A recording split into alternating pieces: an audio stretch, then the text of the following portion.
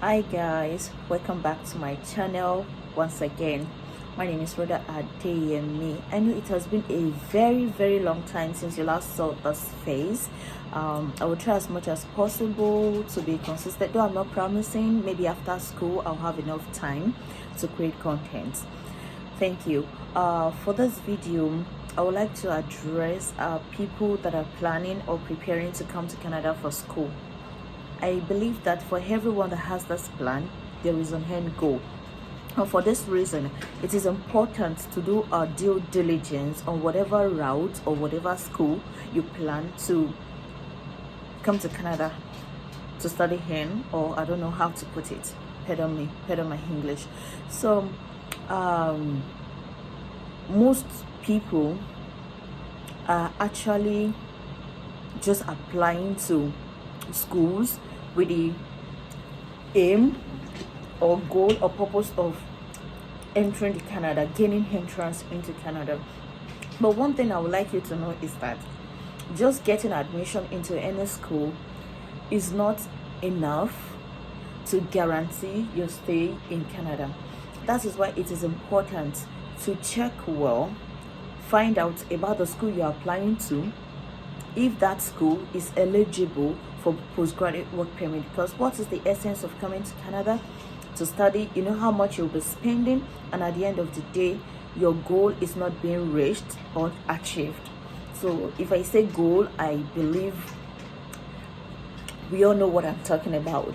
So because there are some schools that are not eligible for postgraduate work permit, and some schools are eligible. Maybe they were eligible before, but for one reason or the other they lost the eligibility.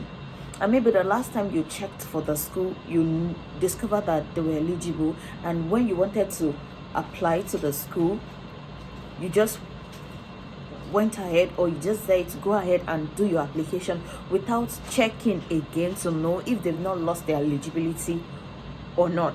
So these things are important. You can go to the Canadian website and you will see the number of eligible schools, colleges, universities, all institutions eligible for postgraduate work permits. That is number one. It is very important, because it will be unfair to you to come here and later realize that the school you've applied to that brought you here is not eligible for postgraduate work permits, which means after your study you're going back home immediately. Even if you want to go back home, even if that is your plan. But for some people, they still want to have the international work experience, and if you don't go to the school that is eligible, how can you have access to the postgraduate work permit? So please, let's be mindful when we are planning on those things. Be sure that the school you are applying to is eligible for postgraduate work permit. And secondly, what I also want to talk about is you applying for college or university.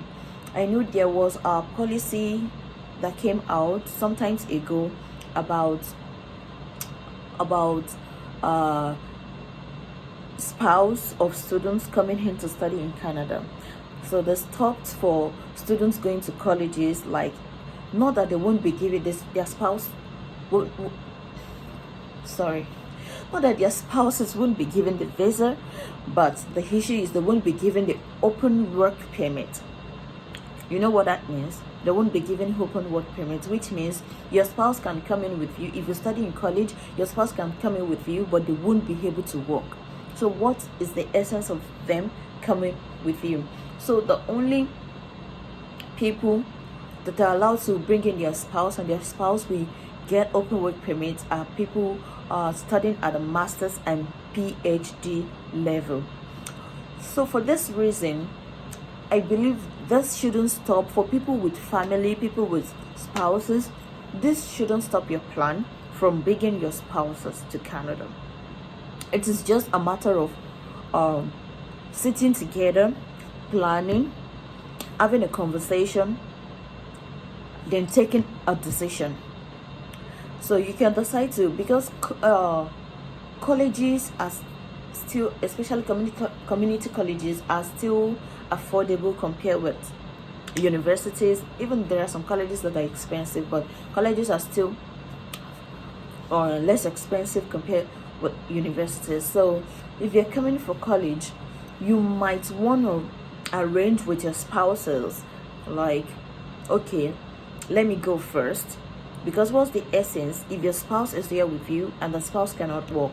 Then how will you be able to save up for your upkeep or whatever it is that you need money for when you're in Canada? It is important that the two ends work together.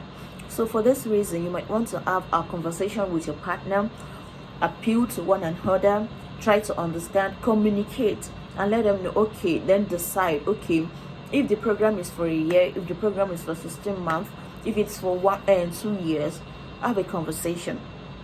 Okay, let me go, let me do the study, so that by the time I'm done with the study, since you can't come in and work, by the time I'm done with the study and apply for my postgraduate work permit, you know, when you start your apply for your postgraduate work permit, depending on the number of years you study, if it's 2 years, then you'll be getting 3 years postgraduate work permit. But if it's 1 year, you'll be getting, I think, 1 year postgraduate work permit. So if your study is 2 years and you're getting 3 years postgraduate work permit, within that 3 years, by God's grace, I believe within a year or two, you should be able to get your PR. And in applying for your PR, you can apply for your family even though they are not here. And with that, when you are done with your study and you're already working as a postgraduate work permit, you can have your family come over. And with your PR, your spouse can work and things will be fine with all of you. So that is my advice. If you can have that conversation with your spouse and have that agreement, and you too, because I know the problem with most spouses that they usually don't want their significant other to travel abroad alone is the fear of being left alone, the fear of being abandoned. Like, you know what I mean? Because it is common. Like, most people will come here, either sex, either male or female, man or woman, they will come here and I don't know, I don't want to say that. So we need to be serious and stay focused with whatever we are doing, because the end goal should be our target. So that is that for that side. And another thing I also want to talk about is, if peradventure you're studying either masters or whatever and you want to come in with your spouse, I am addressing this because I knew someone that it happened to directly. I don't know what the agents what information agents feed their clients with that makes their clients to do otherwise when they get to a point of entry here in Canada. Because I have this person I met and we had a conversation. When the person heard that my daughter is in school, she was surprised, like, how did we do it? And I said, we didn't do anything special. Like, I came in for masters, and after my visa got approved, we applied for my husband and my children immediately, and yes, was approved within a week. So I came here before them anyway. So I came here September and they got here November. So and my children started school immediately. So for this lady, she was like, when they arrived, that they applied together as a family as well, and they were given the visa. But when they arrived at the point of entry, they were asked if they wanted their children to stay with them, and they said emphatically that the children are not staying with them, that the children will go back to Nigeria. As a result of that, even the child that is eligible for school, you know, there's a certain age where you can start school here. Like, if you're under 4, they will give under 4 visiting visa, something like that.